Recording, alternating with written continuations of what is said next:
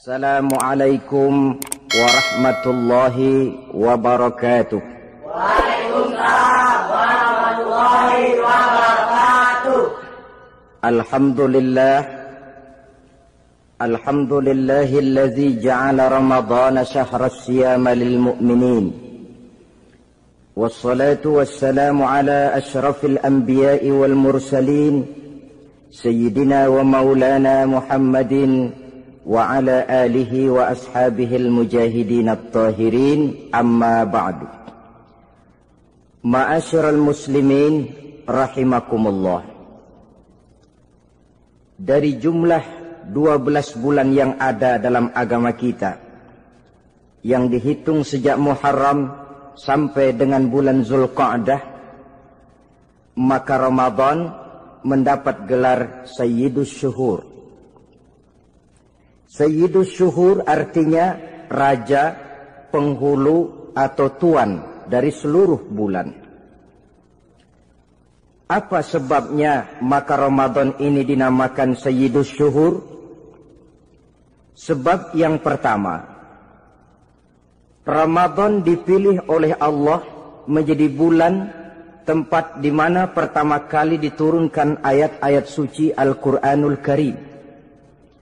Allah tidak memilih Rabiul Awal, tidak Rajab, tidak pula Sya'ban misalnya, tetapi dipilihnya Ramadan untuk menjadi bulan di mana diturunkan ayat-ayat suci Al-Quranul Karim. Seperti yang dijelaskan dalam surah Al-Baqarah ayat 185, A'udzu billahi minasyaitonir rajim. Syahrul Ramadan allazi unzila fihi al-Qur'an hudan linnasi wa bayyinatin minal huda wal furqan.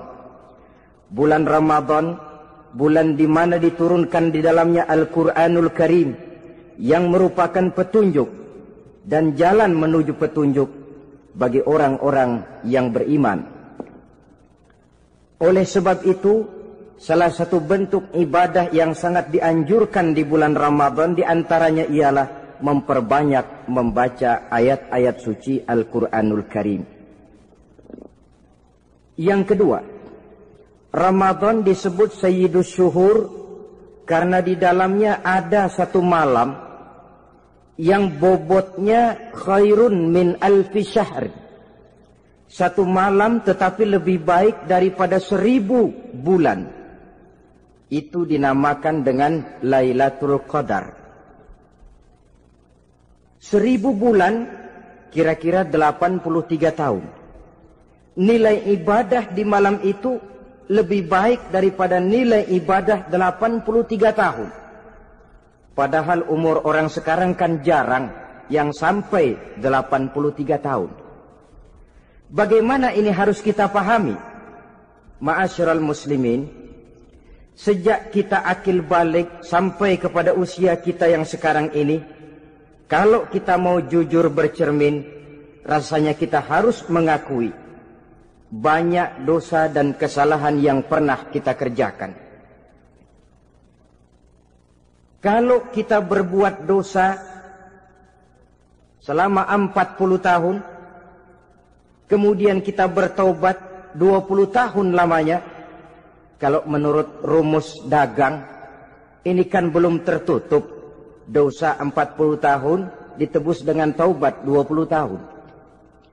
Tapi haruskah dosa tidak terampuni? Allah Subhanahu wa ta'ala Maha Penyayang. Disediakannya malam-malam yang istimewa, yang punya nilai khusus. Seolah-olah Allah berkata, hai manusia, kau tidak perlu putus asa. Bagaimanapun banyak dosa kau lakukan, bagaimanapun banyak kesalahan kau kerjakan, nih, aku sediakan satu malam khairun min alfi syahrin. Lebih baik daripada 1000 bulan yang disebut dengan Lailatul Qadar. Kapan sih Lailatul Qadar itu? Menurut Al-Imamul Ghazali, Lailatul Qadar itu adanya pada 10 hari yang akhir di bulan Ramadan, terutama pada malam-malam ganjil. Malam 21, 23, 25, 27, dan 29. Tapi orang yang ingin menemukan Lailatul Qadar, dia harus sudah berjaga sejak awal Ramadan. Jadi nggak boleh pakai ilmu ngincer. Tahu ilmu ngincer? Tanggal 20 Ramadan nggak terawih, 21 terawih, 22 perek lagi, 23 masuk lagi, 24 nggak ke masjid. Temannya tanya, kenapa nggak ke masjid? Ini kan bukan malam ganjil, nggak turun Lailatul Qadar. Saya kira yang kayak begini dapatnya bukan Lailatul Qadar, boleh jadi Lailatul Qadar. Orang yang ingin menemukan Lailatul Qadar itu, dia harus berjaga-jaga sejak awal Ramadan. Inilah di antara tugas kita, memanfaatkan waktu-waktu yang punya nilai istimewa. Itu ada dalam agama. Dalam setiap minggu ada hari istimewa. Dalam setiap hari ada jam-jam istimewa. Dalam setiap tahun ada bulan istimewa. Coba, dalam setiap minggu ada hari istimewa, hari Jumat. Dalam setiap hari ada jam-jam istimewa, sepertiga malam yang terakhir. Antara jam 2 sampai menjelang fajar di kala subuh, itu saat-saat istimewa. Di samping saat istimewa, Allah pun menyediakan tempat-tempat yang istimewa. Solat di Masjidil Haram, pahalanya 100.000 kali ketimbang solat di masjid-masjid lain. Begitu di Masjid Nabawi misalnya, ini tempat yang istimewa. Lailatul Qadar, waktu yang istimewa yang diberikan kepada kita untuk kita manfaatkan dengan sebaik-baiknya. Toh dalam kehidupan bernegara saja misalnya, kan pada setiap tanggal 17 Agustus itu presiden memberikan grasi ampunan kepada para entah itu tahanan politik dan sebagainya. Ada yang mendapat potongan tahanan. Waktu-waktu yang istimewa. Inilah sebab kedua kenapa Ramadan dinamakan Sayyidus Syuhur. Sebab yang ketiga, Ramadan disebut Sayyidus Syuhur karena di dalamnya nilai kebajikan berlipat ganda adanya. Satu hadis menjelaskan, "Lau ta'lamu ummati ma fi Ramadan, latamannau an takuna as-sanatu kullaha Ramadan." Andai kata umatku tahu keistimewaan apa yang ada di dalam bulan suci Ramadan, niscaya mereka ingin agar sepanjang tahun isinya Ramadan saja. Apa sebabnya? Li'annal hasanata fihi mujtami'atun. Di dalam bulan Ramadan itu berkumpul segala macam kebajikan. Wa ta'atu maqbulatun. Segala perbuatan taat diterima oleh Allah. Wa da'awati mustajabatun. Segala macam doa dan permohonan dikabulkan oleh Allah. Wa dzunuba maghfuratun. Dan segala macam dosa diampuni oleh Allah Subhanahu wa ta'ala. Berlipat gandanya nilai kebajikan yang kita kerjakan di bulan suci Ramadan. Itu sebabnya seorang muslim dalam menyambut bulan suci Ramadan penuh dengan sikap kegembiraan. Kata baginda Nabi, "Man fariha bidukhuli Ramadan, haramallahu jasadahu 'alan niran." Siapa orang yang gembira dengan datangnya bulan suci Ramadan, Allah haramkan badannya dari api neraka. Gembira menyambut Ramadan artinya bagaimana? Apa Ramadan datang terus bakar petasan? Bukan. Pukul beduk? Bukan. Apa gunanya pukul beduk kalau nggak puasa? Apa gunanya bakar mercon kalau tidak melaksanakan ibadah di bulan suci Ramadan? Gembira menyambut datangnya Ramadan dalam arti mempersiapkan diri untuk melaksanakan ibadah dengan sebaik-baiknya di bulan suci Ramadan ini. Ma'asyiral muslimin rahimakumullah. Yang terakhir, kenapa Ramadan disebut Sayyidus Syuhur? Karena di dalam bulan suci Ramadan ada perintah melaksanakan ibadah puasa. Apa istimewanya ibadah puasa? Pertama, yang dipanggil untuk melaksanakan puasa itu iman. Ini panggilan istimewa. Allah menyatakan, Ya ayyuhalladzina amanu kutiba alaikumusiyam. Hai orang-orang yang beriman, diwajibkan atas kamu berpuasa. Iman yang dipanggil untuk melaksanakan ibadah puasa. Contoh, satu hari di depan rumah kita lewat tukang pepaya, tukang duku, tukang duren. Kita panggil satu tukang pepaya. Bang, pepaya, berhenti dulu sebentar. Kira-kira yang merasa tukang pepaya berhenti enggak? Berhenti. Ini tukang duku sama tukang duren berhenti enggak? Tidak. Tentu tidak berhenti karena tidak dipanggil. Ini Ramadan yang dipanggil orang-orang beriman. Hai orang-orang yang beriman, berhenti dulu sebentar. Berhenti apa? Berhenti makan di waktu siang, berhenti minum di waktu siang. Yang merasa beriman, berhenti. Yang tidak beriman, langsung. Biar Ramadan siang-siang makan jalan terus, ngerokok, ngelepus terus. Kenapa? Tidak beriman, tidak merasa terpanggil oleh ayat tadi. Sekarang tukang pepaya lewat di depan rumah. Kita panggil, bang pepaya berhenti dulu. Dia dengar tapi nggak mau berhenti. Apa kita bilang? Kang pepaya budak. Dipanggil nggak mau berhenti. Ini ada orang ngaku beriman kepada Allah. Ramadan dipanggil disuruh berhenti makan siang, nggak berhenti juga. Mukmin budak. Disuruh berhenti minum di waktu siang, nggak berhenti juga. Mukmin budak. Ini istimewanya puasa. Panggilan difokuskan kepada iman. Hai orang-orang yang beriman. Allah tidak bilang hai orang-orang yang sudah masuk Islam. Tidak. Ya ayyuhallazina aslamu. Tidak. Ya ayyuhallazina amanu yang dipanggil. Hai orang-orang yang beriman. Nilai nurani yang paling dalam itu yang dipanggil melaksanakan ibadah puasa. Lalu orang beriman yang bagaimana yang wajib puasa? Pertama dia sudah balik. Yang kedua berakal sehat. Yang ketiga dia mampu berpuasa. Orang beriman macam ini balik, berakal sehat, mampu melaksanakan puasa. Kalau cukup syarat ini, dia wajib puasa. Kurang syarat, tidak wajib puasa. Jadi kalau di bulan Ramadan ada teman kita tidak puasa, jangan heran barangkali syaratnya kurang. Cukup dalam hati saja, ini orang kurang syarat. Makanya nggak puasa. Pak, itu teman saya kok nggak puasa? Nggak puasa, nggak puasa. Dia bukan orang beriman kali ah.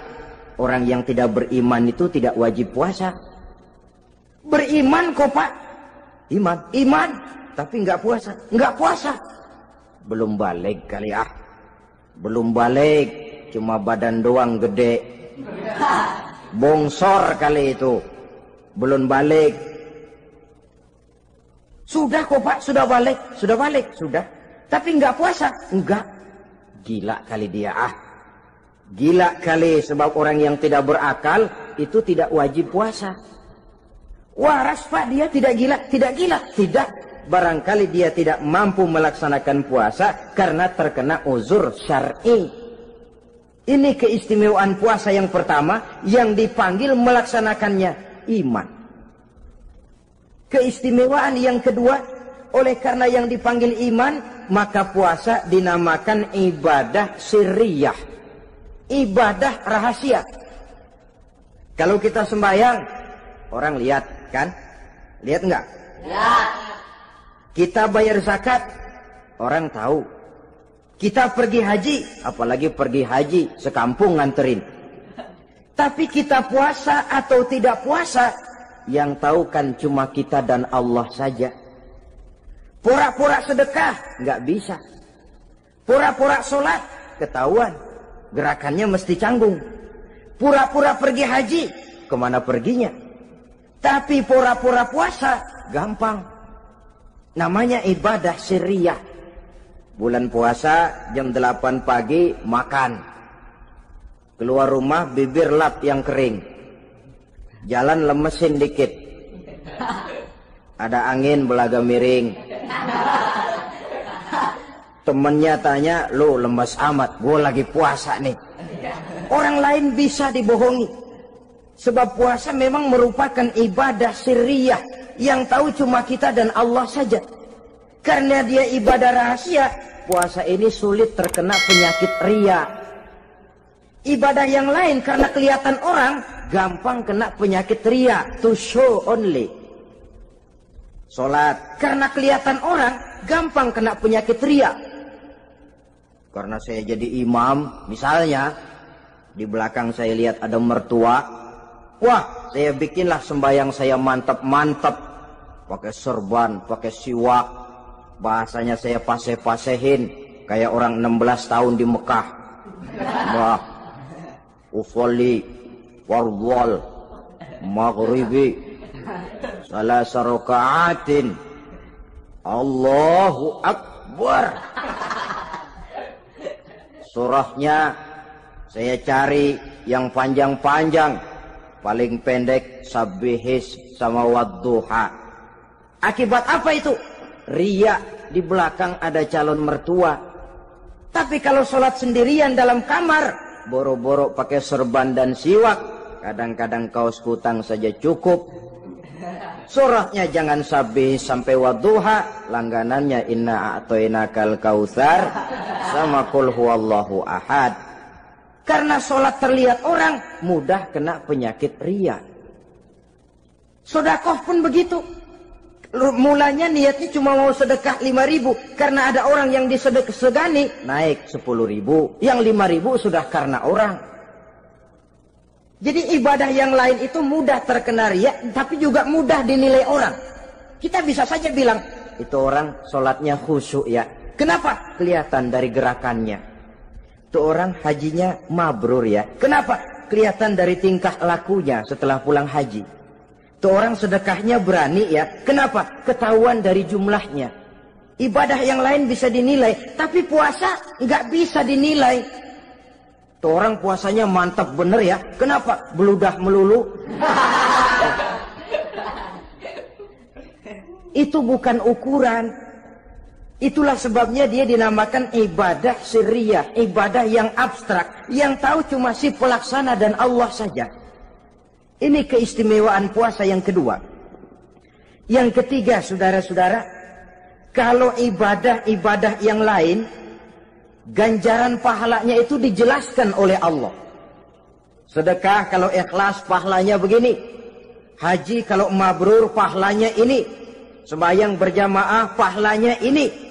Untuk puasa tidak. Puasa Allah cuma bilang as-siyamu li wa ana ajzi bihi. Puasa adalah untukku, aku yang akan membalasnya. Berapa besar balasannya tidak dijelaskan oleh Allah. Apa artinya ini? Kalau saudara kerja, mandor bilang, sampean kerja sama saya, gaji satu hari 5.000. Ketahuan kan, sehari 5.000. Kita bisa kong kalingkong, ada mandor rajin, nggak ada mandor kendor. Pokoknya sehari 5.000. Tapi kalau mandor cuma bilang, kau kerja sama aku, soal gajimu nanti aku yang atur. Tidak dijelaskan berapanya, nanti aku yang atur. Ini kan mestinya kita kerja hati-hati. Sebab apa? Mungkin gaji kita lebih besar dari jumlah 5.000 kalau kerjaan memuaskan. Mungkin tidak digaji sama sekali kalau kerjaan berantakan. Tidak dijelaskannya pahala puasa menjadi sugesti bagi kita untuk melaksanakan ibadah ini dengan sebaik-baiknya. Mungkin gaji sangat besar, mungkin tidak digaji sama sekali. Sebab kata Nabi, kam min shaimin laisa lahu min siyamihi illa al-ju' wal 'atsh. Berapa banyak orang puasa, dia tidak memperoleh apa-apa dari puasanya kecuali lapar dan haus saja. Puasa sah, kewajiban gugur, nilai 0. Tidak dapat apa-apa kecuali lapar dan haus. Jadi inilah keistimewaan daripada ibadah puasa. Saudara hadirin yang saya hormati, kemudian apa sih perlunya kita melaksanakan ibadah puasa ini? namanya syahwat. Kalau itu kita kendalikan, maka langkah hidup ini akan menjadi lurus karenanya. Benar kalau Nabi menyatakan, "Iza jaa Ramadan, futihat abwabus sama, wa ghulliqat abwabun nar, wa sufsidatis sayatin." Apabila datang bulan suci Ramadan, dibuka pintu langit, dibuka pintu surga, ditutup pintu neraka, dan diikat setan-setan itu. Siapa yang ikat setan? Puasa kita. Dengan puasa kita mengendalikan nafsu. Kalau nafsu kita kendalikan, setan nggak berkutik. Jadi yang mengendalikan nafsu itu nilai puasa. Nafsu terkendali, setan terikat. Kalau puasa, kalau nggak puasa, setannya ngebludak. Jadi jangan digambarkan, wah kalau bulan puasa setan dirantai. Rantainya kayak apa? Yang rantai siapa?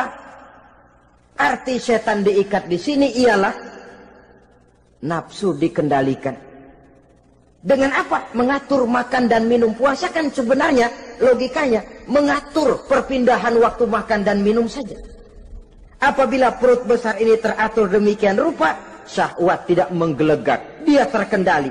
Dengan hidup pandai mengendalikan nafsu, iblis tidak berdaya dan tidak berkutik. Ma'asyiral muslimin rahimakumullah, Nabi bersabda, "La yu'minu ahadukum hatta takuna hawahu taba'an lima ji'tu bih." Belum sempurna iman kamu kalau nafsumu belum ikut apa yang aku bawa. Yang dibawa Nabi tidak lain daripada syariat, termasuk di dalamnya pelaksanaan ibadah puasa. Karena itu saya pesan kepada seluruhnya, jangan kalau puasa kayak orang ngancem. Siang bisa mengendalikan nafsu, tapi begitu maghrib berbunyi, nafsu sudah tidak terkendalikan lagi. Itu namanya puasa orang ngancem. Kayaknya, biarin siang gua tahan, ntar lo maghrib. Begitu maghrib berbunyi, sudah macam bendungan pecah. Semua isi meja pindah ke perut. Akhirnya, kalau siang dia setengah mati kelaparan, habis buka setengah mati kekenyangan. Dua-duanya jelek. Kalau sudah kekenyangan, yang enak kan ngukur balik. Tidur. Maghrib liwat, isya out, tarawih boten. Temennya nyamper ke masjid yuk tarawih duluan deh, gua kenyang bener nih. Kenyang. Berbuka itu yang bagus pakai etik ya. Etika buka itu, maghrib berbunyi, cukup seteguk air, 3 butir korma atau sepotong kue. Sholat maghrib. Selesai sholat maghrib, masuk ronde kedua. Waktunya agak panjang. Makan ala qadarnya. Selesai makan, berangkat ke masjid, isya, tarawih. Pulang tarawih, masuk ronde ketiga. Waktunya panjang. Mau habis-habisan juga nggak apa-apa. Tapi kalau begitu maghrib berbunyi, langsung dipukul 1 ronde, kita yang rubuh. Kekenyangan. Waktu siang dia sanggup mengendalikan nafsu. Tapi begitu maghrib berbunyi, nafsu sudah tidak terkendali lagi.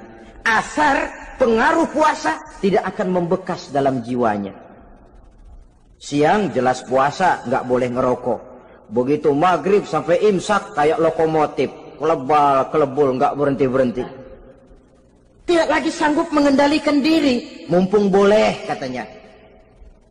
Sampai pernah kejadian ada orang bangun sahur kesiangan, bingung dia waktunya tinggal dikit. Mau sahur dulu nggak keburu ngerokok, mau ngerokok dulu takut nggak keburu sahur, akhirnya bareng. Sebelah nyuap nasi, sebelah ngerokok. Itu macam mana rasanya kalau sudah kayak begitu? Padahal pengaruh daripada melaksanakan puasa akan terlihat dari sejauh mana seseorang dalam hidup mampu mengendalikan nafsu. Bukan pada waktu memang dilarang, tapi pada waktu diizinkan. Di situ yang paling kelihatan. Kalau waktu siang saudara mampu mengendalikan nafsu, itu jelas saja memang seharusnya wong puasa. Malam dalam keadaan makan boleh, minum boleh, masih mampu mengendalikan nafsu, dalam arti makan dan minum pada batas yang wajar saja. Itulah yang dikehendaki dari melaksanakan ibadah puasa. Sehingga ibadah itu membekas dan ikut membentuk kepribadian orang. Sekali lagi, jangan cuma waktu siang saja bisa mengendalikan nafsu. Di waktu malam pun dalam kondisi yang memang dihalalkan, kita juga hendaknya mampu mengendalikan nafsu. Jadi inilah perlunya puasa yang pertama, supaya kita bisa mengendalikan nafsu. Yang kedua, puasa itu melatih kita hidup sederhana. Orang sufi mengajarkan orang yang paling kaya ini sebenarnya orang yang hidupnya paling cukup. Sedangkan orang miskin adalah orang yang kebutuhannya kelewat banyak. Maka yang paling kaya, bahkan yang maha kaya, itu sebenarnya cuma Allah. Sebab apa? Dia nggak perlu apa-apa. Makin banyak keperluan kita, makin miskin kita. Coba orang puasa lihat. Kalau sudah jam 2, jam 3, itulah barangkali memang termasuk godaannya dalam melaksanakan ibadah puasa. Kalau jam 1 siang, jam 2 siang, jangankan makanan enak, nangka busuk kita lihat legit. Barangkali cobaan di dalam melaksanakan ibadah puasa. Tapi kalau sudah maghrib berbunyi, berbuka kita, kena seteguk air, sepotong roti, 3 butir korma, kenyang rasanya. Kemana keinginan yang tadi begitu menggebu-gebu? Oh, bisikan nafsu rupanya itu. Makin dalam kita merenung, makin sampai kita kepada bentuk kesederhanaan di dalam hidup ini. Puasa membentuk pribadi seorang muslim untuk jauh daripada sifat tamak bin rakus alias serakah. Tamak itu berasal dari kalimat toma dalam bahasa Arab yang sifatnya sudah terukir dari hurufnya. Huruf to, tengahnya bolong. Huruf mim, tengahnya bolong. Huruf ain, mulutnya mangap, perutnya gede. Jadi orang tamak macam itulah. Apapun yang diberikan Allah tidak pernah ada cukupnya dan tidak pernah ada syukurnya.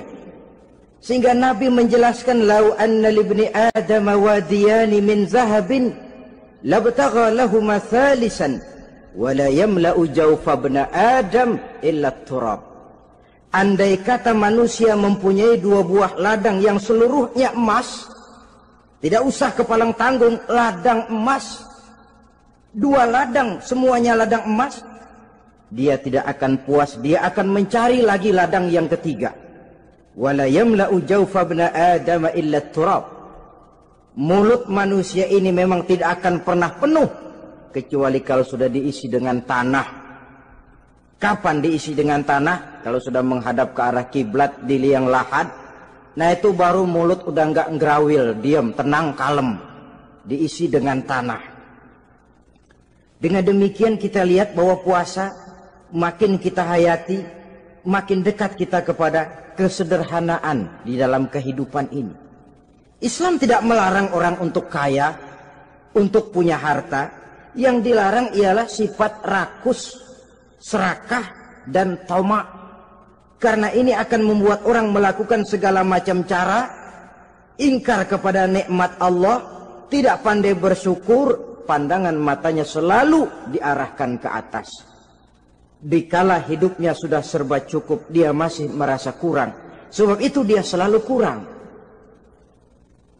Dia sudah kaya tapi masih merasa miskin saja, maka hidupnya pun miskin terus. Saudara-saudara ma'asyiral muslimin, ini hikmah yang kedua kenapa kita perlu puasa. Yang ketiga, puasa itu melatih kita cinta kepada fakir miskin, orang-orang yang tidak mampu, yang memerlukan pertolongan. Bagaimana caranya? Dunia pendidikan berkata bahwa pendidikan akan lebih berhasil kalau bersifat audio visual. Mengajar anak berenang, bawa ke kolam. Mengajar anak naik sepeda, berikan sepedanya. Mengajar orang cinta fakir miskin, rasakan apa yang dirasakan oleh fakir miskin. Apa itu? Lapar, haus. Kan nggak bisa ngajarin anak berenang teori saja. Ke kolam nggak pernah. Teori hafal luar kepala. Gaya dada begini, gaya 200 meter begini, gaya kupu-kupu begini, gaya bebas begini. Teori hafal, ke kolam nggak pernah. Sekali terjun, gaya batu. Sudah nggak timbul-timbul lagi. Nggak bisa ngajar anak naik sepeda cuma teori saja. Sepedanya tidak pernah diberikan. Hafal teori, bab 1 pegang setang. Bab 2 dorong. Bab 3 kaki kanan naik pedal kanan. Bab 4 genjot. Hafal teori, megang sepeda nggak pernah. Begitu dikasih sepeda dia naik, habis tukang bakso. Pun mendidik orang cinta kepada fakir miskin tidak bisa cuma lewat seminar, kongres, penataran, indoktrinasi. Diadakan simposium, seminar, diskusi supaya orang cinta kepada fakir miskin, tapi yang bicara orang kenyang semua. Bagaimana hati ini mau peka? Islam itu nggak usah banyak teori lah. Rasakan saja lapar, haus, enak nggak? Kalau kau tahu lapar dan haus tidak enak, kau lapar, haus cuma sebentar. Habis maghrib, laparmu hilang, hausmu hilang. Bagaimana saudara-saudaramu muslimin yang terkapar di kolong-kolong jembatan? Yatim piatu yang hidup terlunta-lunta. Perempuan-perempuan tua hidup miskin, anak pun banyak perlu uluran tangan. Lapangan kerja sulit, persaingan hidup makin tajam. Meringkuk mereka di sudut-sudut kehidupan. Beratap langit, beralas bumi, tanpa tahu kapan hidup dan nasibnya akan berubah. Di situ pekalah hati untuk hidup tidak cuma buat kepentingan diri dan perut sendiri saja, tapi mampu memberikan pertolongan sesuai dengan kemampuan kepada mereka yang memang memerlukan. Sebuah hadis menyatakan, irhamu ahlal ardi yarhamkum man fis sama. Sayangilah apa yang ada di permukaan bumi, nanti yang di langit akan sayang kepadamu. Si kaya sayang kepada yang miskin lalu menolongnya. Yang alim sayang kepada yang awam lalu membimbingnya. Yang pemimpin sayang kepada rakyat lalu melindunginya. Yang di langit akan sayang kepada kita, akan turun rahmah berlimpah, akan tercipta keberkahan dan ketenangan dalam hidup. Tapi kalau sebaliknya, yang kaya malah nyantap yang miskin, yang pemimpin malah menggilas yang rakyat, yang alim malah membodoh-bodohi orang yang memang sudah bodoh, akan terwujudlah malapetaka. Bukan rahmah yang turun dari langit, tapi azab akan menimpa kita semua. Orang yang menghayati lapar, menghayati haus, akan timbul kepekaan sosial. Hidup tidak cuma untuk diri sendiri saja, tapi mampu melihat lingkungannya. Yang keempat, kita perlu puasa untuk menumbuhkan sifat jujur dan disiplin. Coba lihat, kalau tengah hari bulan puasa, andai kata saudara masuk ke dalam kamar seorang diri, saudara kunci dari luar, lalu saudara makan, tidak seorang pun tahu. Tapi kenapa itu tidak kita lakukan? Ada semacam perasaan malu. Malu kepada Allah. Iya, orang lain tidak tahu. Iya, manusia bisa saya bohongi, tapi Allah. Atau umpamanya waktu sholat zuhur, saudara sholat zuhur di masjid, umpama ketika ngambil air wudhu, giliran ke kemur, saudara korupsi dikit aja, telan. Yang Nabi sumu tasihhu, berpuasalah kamu, badanmu akan sehat. Sebab apa? Saya katakan tadi, semua energi dihasilkan dari perut besar sini. Itu makanan yang kita makan, mulai dari keju sampai singkong, mulai dari hamburger sampai combro, masuk perut besar, digiling, lalu ditransfer ke seluruh tubuh oleh perut besar ini. Mekanisme kerjanya persis pabrik besar yang kalau kita hayati, Allahu Akbar, Fatabarakallah ahsanul khaliqin. Ini tangan supaya kuat kerja perlu vitamin apa? Kirim ke tangan. Mata supaya awas perlu vitamin apa? Kirim ke mata. Bibir supaya nggak pecah perlu vitamin apa? Kirim ke bibir. Oleh perut besar ditransfer ke seluruh tubuh. Sisanya yang nggak perlu keluar jalan belakang. Kalau perut besar ini terus-menerus bekerja, ibarat mesin diporsir, dia akan cepat rusak. Maka datang bulan Ramadan, perut besar itu jangan terlalu diporsir. Diberikan tenggang waktu istirahat. Sehingga Nabi memberikan jaminan sumu tasihhu. Berpuasalah kamu, pasti kamu akan sehat. Buktinya, orang mati kelaparan banyak, tapi yang mati karena puasa, kalau puasanya betul, nggak ada. Maka Islam itu agama yang sesuai dengan fitrah ya. Buktinya apa? Puasa wisol itu bukan saja tidak boleh, tapi haram. Puasa wisol artinya puasa nyambung. Dari pagi sampai maghrib, sampai malam, sampai besok pagi lagi terus-terusan puasa, haram. Karena itu bertentangan dengan fitrah. Islam tidak cukup dari waktu imsak sampai datang waktu maghrib. Kenapa? Menurut perhitungan itu sesuai dengan daya kemampuan maksimal manusia. Sudah diukur itu. Allah yang bikin manusia kok. Jadi kalau Allah perintah puasa, itu sudah dalam kemampuan daya tampung dari kapasitas yang dimiliki manusia. Orang mati kelaparan banyak, yang mati karena puasa nggak ada.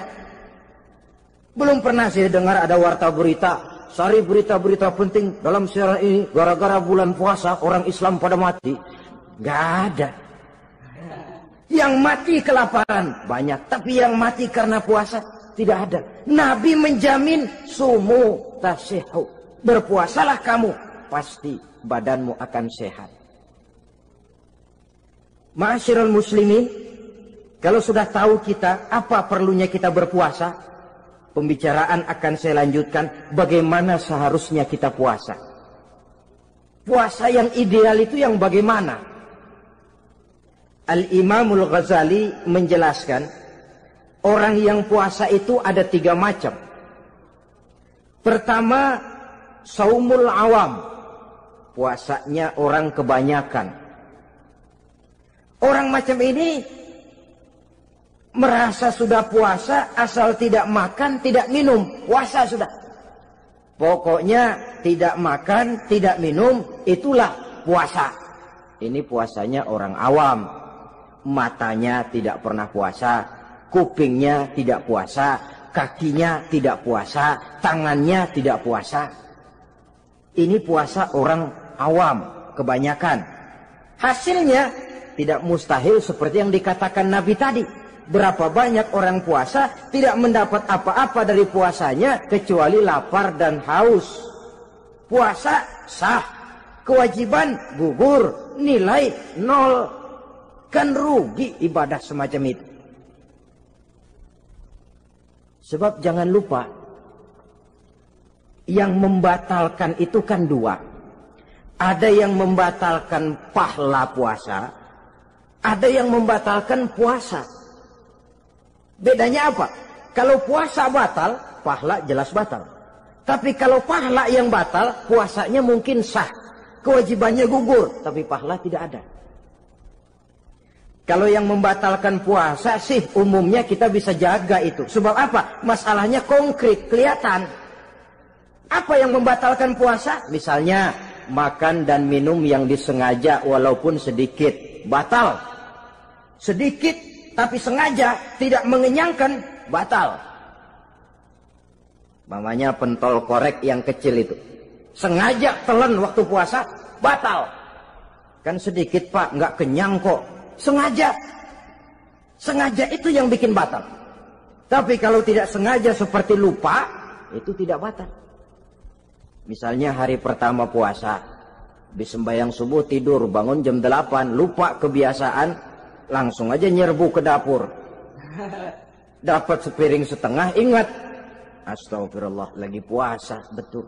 Setelah ingat bagaimana? Yang masih ada di mulut keluarkan, berkemur, lanjutkan puasanya, sah. Perkara sepiring setengah yang udah kadang masuk bagaimana Pak? Itu rezeki. Lawang orang lupa. Lupa itu kan jenis yang ma'fu anhu, jenis yang dimaafkan. Makan dan minum yang disengaja walaupun sedikit batal. Batal puasanya. Apalagi muntah yang disengaja batal puasa itu. Ukuran sengaja kan kita tahu. Apalagi hilang akal seperti gila atau pingsan, batal puasa. Apalagi hubungan suami istri di waktu siang secara sengaja, batal. Kalau sengaja. Kalau nggak sengaja, enggak. Namanya nggak sengaja. Umpamanya, saya nggak sengaja Pak, tahu-tahu udah nyampe situ, gimana? Yang nggak batal, cuma begitu ingat, buru-buru selesai mandi, lanjutkan puasanya, sah.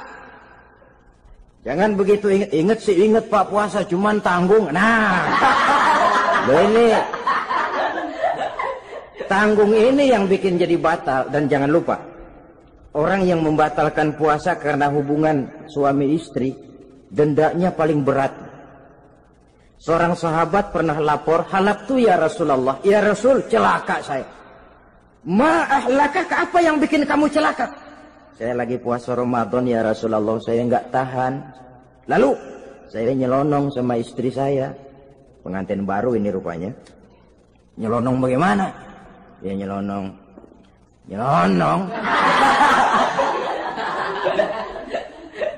Melanggar dia, tapi jujur, lapor. Kata Rasul, ya sudah, bayar dendanya. Dendanya apa ya Rasulullah? Bebaskan budak. Aduh, saya nggak punya budak ya Rasulullah. Tidak punya? Tidak punya. Puasa 2 bulan berturut-turut. Tidak boleh diselang-seling. Syahraini mutatabi'aini. 2 bulan berturut-turut. Tidak boleh diselang-seling. Gimana? Sanggup puasa 2 bulan berturut-turut? Enggak kuat ya Rasulullah. Enggak kuat? Enggak kuat. Ramadan yang sebulan aja saya nyelonong. Apalagi 2 bulan.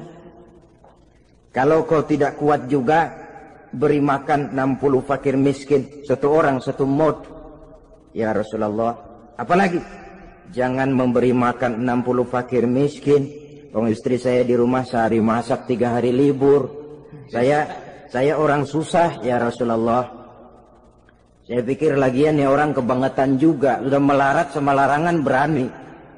Rasul masuk ke dalam kamar, keluar kembali bawa sekeranjang kecil kurma. Kalau kau tidak punya apa-apa, bawa pulang ini. Sedekahkan kepada orang-orang miskin di kampungmu sebagai pembayar dendamu. Ya Rasulullah. Apalagi? Di kampung saya itu yang paling miskin saya. Waduh, rusak bener ini orang. Apa marah Rasul? Beliau malah senyum. Ya sudah, kalau memang yang paling miskin kamu, bawa pulang saja itu kurma, beri makan anak istrimu di rumah. Orang ini udah melanggar larangan, dapat kurma lagi. Yang kedua, watak hukum Islam itu elastis, fleksibel, tidak kaku. Tidak kalau sudah begitu ya mesti begitu, itu tidak. Yang sering kaku kan kitanya umat Islam di dalam memahami Islam. Saudara hadirin yang saya hormati, yang tidak boleh itu pun di waktu siang. Kalau malam sejak maghrib sampai sebelum imsak, pada awal perintah puasa tidak boleh. Tapi ternyata banyak juga yang nyerempet-nyerempet. Sampai Allah turunkan, uhilla lakum lailatas siyami arrafasu ila nisaikum. Dihalalkan bagi kamu pada malam puasa bergaul dengan istrimu. Jadi barangkali di antara pendengar ini ada yang pengantin baru, tolong sabarlah di waktu siang. Tunggu maghrib berbunyi. Kalau sudah maghrib habis buka, mau buka lagi juga nggak apa-apa. Terserah saja. Ini yang membatalkan puasa. Yang kita sulit mengontrol, yang membatalkan pahalanya. Apa misalnya? Ngomong-ngomongin orang. Puasa, ngomongin orang jalan terus. Itu ya tetangga kita. Kenapa emang? Oh, anu. Kita sih bukan ngomongin orang ini. Bukan ngomongin orang katanya. Ngomongin tuyul. Anu. Bohong. Orang puasa bohong, apa puasanya batal? Tidak. Puasanya sah. Yang batal mungkin pahalanya. Saudara-saudara ma'asyiral muslimin rahimakumullah. Mata, terutama di kota-kota besar, menjaga mata ini kadang-kadang kita nggak pengen lihat tapi kelihatan. Sebab itu memang yang tidak boleh ngeliatin. Kalau kelihatan lain, kelihatan itu kan rezeki. Orang kita nggak mau tapi kelihatan. Yang kelihatan itu sebentar.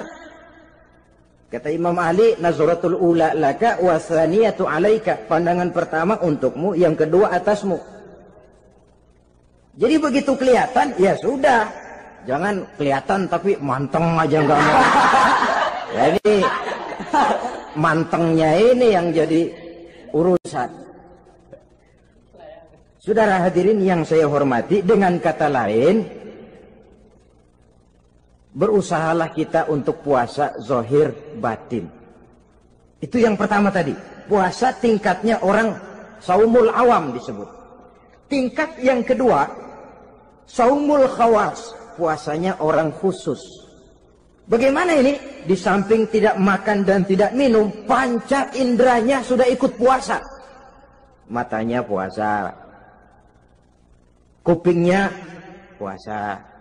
Asal ada diajak ngomong-ngomongin orang, maaf ya, kuping saya lagi puasa.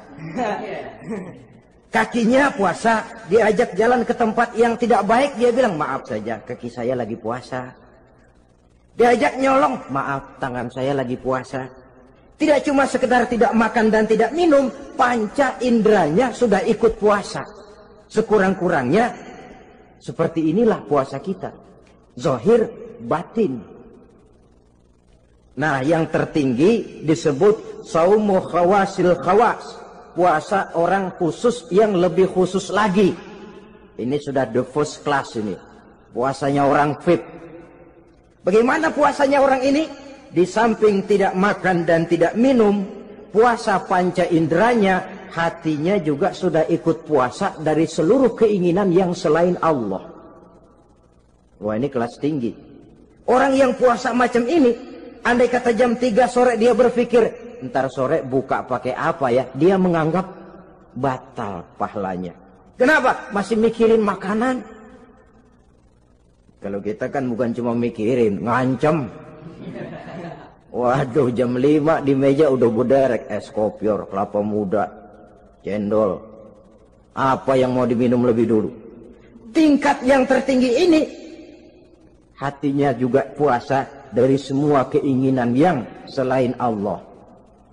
Idealnya sekurang-kurangnya kita puasa zahir batin. Zahirnya menahan diri dari yang membatalkan puasa, batinnya mencegah diri dari yang membatalkan pahala puasa kita itu. Ma'asyiral muslimin rahimakumullah. Terakhir, Rasulullah sallallahu alaihi wasallam membagi bulan Ramadan itu menjadi 3 bagian. Sepertiga yang pertama, tanggal 1 sampai 10 Ramadan, masa turunnya rahmah. Turunnya kasih sayang Allah. Kalau istilah sepak bola, tanggal 1 sampai 10 Ramadan ini disebut babak semifinal. Babak penyisihan. Sepak bola itu kalau baru tingkat babak penyisihan, pesertanya banyak. Seluruh kesebelasan turun bertanding. Babak penyisihan. Ramadan tanggal 1 sampai 10, babak penyisihan. Putaran pertama. Pasaran puasa rame. Masjid musola full house. Meledak, tidak sanggup menampung jamaah yang tarawih itu. Yang tadarus meriah. Kenapa? Maklum babak penyisihan. Seluruh kesebelasan turun bertanding. Tanggal 1 sampai tanggal 10 Ramadan. Bila itu selesai, selesailah putaran pertama. Masuk putaran kedua, sepertiga yang kedua, tanggal 10 sampai 20 Ramadan, masa maghfirah, masa turunnya ampunan dari Allah. Masuk babak semifinal. Sepak bola itu kalau sudah babak semifinal, itu kan sudah banyak kesebelasan yang masuk kotak. Maka 10 Ramadan ke atas, pasaran puasa mulai menurun. Yang enggak puasa mulai nekat. Yang tadarus sudah mulai sayup-sayup sampai. Sementara barisan orang sembahyang tarawih di masjid mulai mengalami kemajuan dengan pesatnya. Barisannya makin maju ke depan. Maklum, tidak semua kesebelasan tangguh. Ada yang sejak bertanding sudah berhitung. Kita sih bakalan kalah jelas, yang penting main aja dulu dah. Ada yang rajin ke masjid, motifnya lain, ada. Karena ikut-ikutan teman, karena malu sama mertua, rajin terawih, karena nganterin, rajin terawih, bayangnya paling belakang berdua lagi. Malah ngeledek begitu imam waladolin, dia di belakang nyaut asik.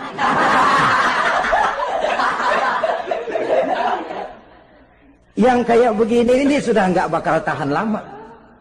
Akan gugur di babak semifinal.